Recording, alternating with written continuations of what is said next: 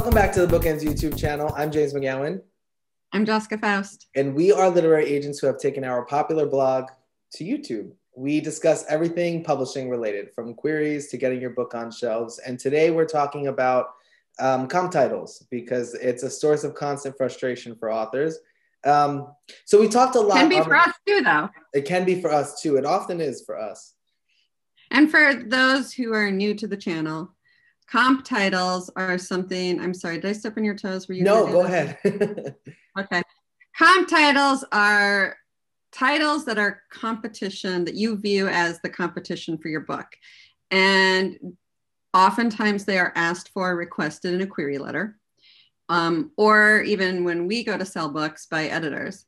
They're not necessarily like, this is going to be my biggest competition. It's really just, where on the bookshelf do you envision your book? Who do you see as sort of next to you on the bookshelf, not alphabetically, but, you know, in those spaces? Yeah, and if competitive or competition titles are what's throwing you, think of it as comparable titles, because I've seen it both ways. It's the same thing.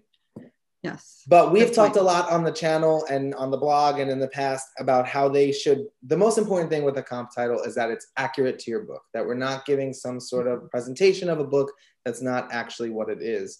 But we wanted to come back on the channel to talk about how they should also be strategic. I think the best way to look at comp titles, or to us to really explain them, is to talk a little bit about what happens, how we look at comp titles and what we see when we look at them. And there's a lot that can go into it. But for example, I was recently had a pitch where the author comped their book to Gone Girl meets Cozy Mystery. And my thought is, one of these things is not like the other. Pretty much impossible, number one. But also, secondly, if you're taking, in my mind, Gone Girl, which is over here on the thriller suspense scale, and Cozy, which is over here, then aren't you just a mystery? So isn't that just a genre thing? Right. So, you know, it has to make sense. You know, you can't compare a psychological intense suspense like Gone Girl to a cozy mystery, which is supposed to be anything but. Right. And there's a lot to, like, we talk about not comping to the biggest thing out there right now. Like, don't comp to Harry Potter, don't comp to Divergent, don't comp, you know, to Gone Girl might even be a tough comp nowadays. Yeah. But there's something to be said about why you would comp to that in the first place. Are you comping to that for it to be instantly recognizable, to try and capitalize on something that you think everybody loved? Or are you comping to that because it actually would be similar to that book? Yeah, a comp title has to make sense for me. I need to be able to read. If you give me two comp titles, I need to be instantly able to get a vision for what your book might be. Right. So if you comp me Gone Girl, I think your book's a psychological suspense. I get that instantly. It might be a husband and wife story, but either way, there's going to be somebody unreliable in there. And at the end of the book, I'm going to be super surprised and it's going to be twisty and turny throughout. That's what I get by Gone Girl. Right. And when you're putting those comps in a query, you're asking us to sort of get that impression and sort of want to judge your book based on that impression that we're getting. So if you're not being accurate, if you're not really giving us the best snapshot of what that book might be, it ends up being confusing, especially if we see those comps and we read your query blurb, like, I don't see it. How did that happen?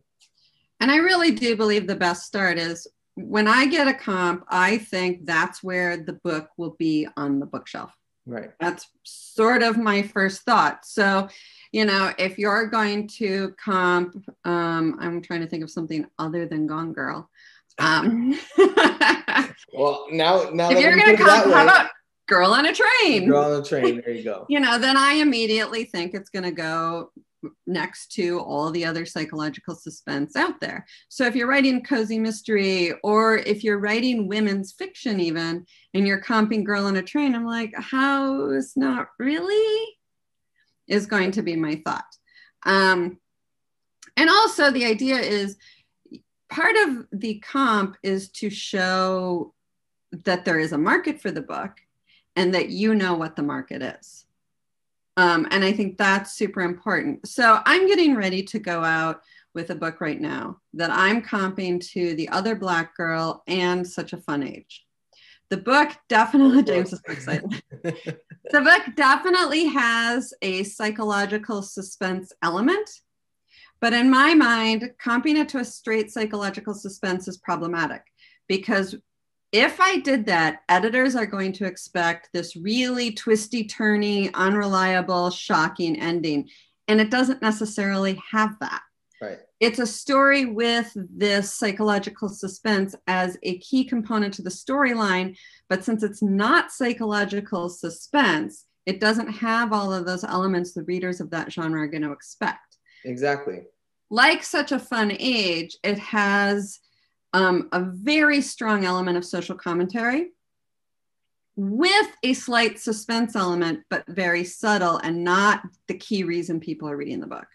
Right. And that's why I'm using that. Just to sort of emphasize what you're saying, like that's what we mean by being strategic of it. So when you're comping your book, it doesn't necessarily have to be top to bottom. This is perfect. This is just like that book, because obviously nobody wants that. But what you want to do is sort of pick out the elements that are making your book unique, but also show that it has that broader reach and something that's really been tried and true to, and works on the market. So you might compare it to, you know, the setup of The Other Black Girl with the tone of Such a Fun Age. And something like that would show that you both understand the market and you understand what's making your book tick. Right. So we have one of our agents here, I think, getting ready to send out a book, and Schitt's Creek is one of the comps. I immediately think of this small town, out of your element story. Humorous. That's funny. Yeah. Or hilarious, we should say. So that's what immediately I have in my head. So when I go to read the book, I have high expectations that I'm going to get those things. Yeah. And if those things aren't coming through, then the comp's not working. Exactly. Yeah. So it's just a matter, and again, we say it all the time, it's just a matter of reading. I think you have to be reading, and you have reading currently, and you have to know what's happening in the market now before you even try to slap on a comp title. We talked about this in previous videos, but something to remember is that your comp title should have published within the last 2 to 3 years.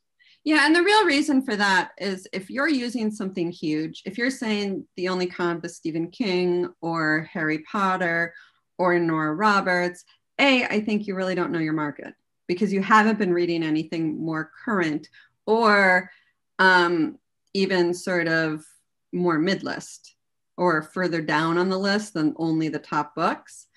But the second thing is that what that actually says to me is that you think your book is the best of the best, and the plot and things like that may be secondary. It doesn't really give me an idea of what the book is about. It's just, you just threw a bunch of names at me. Can you use something that's not a book?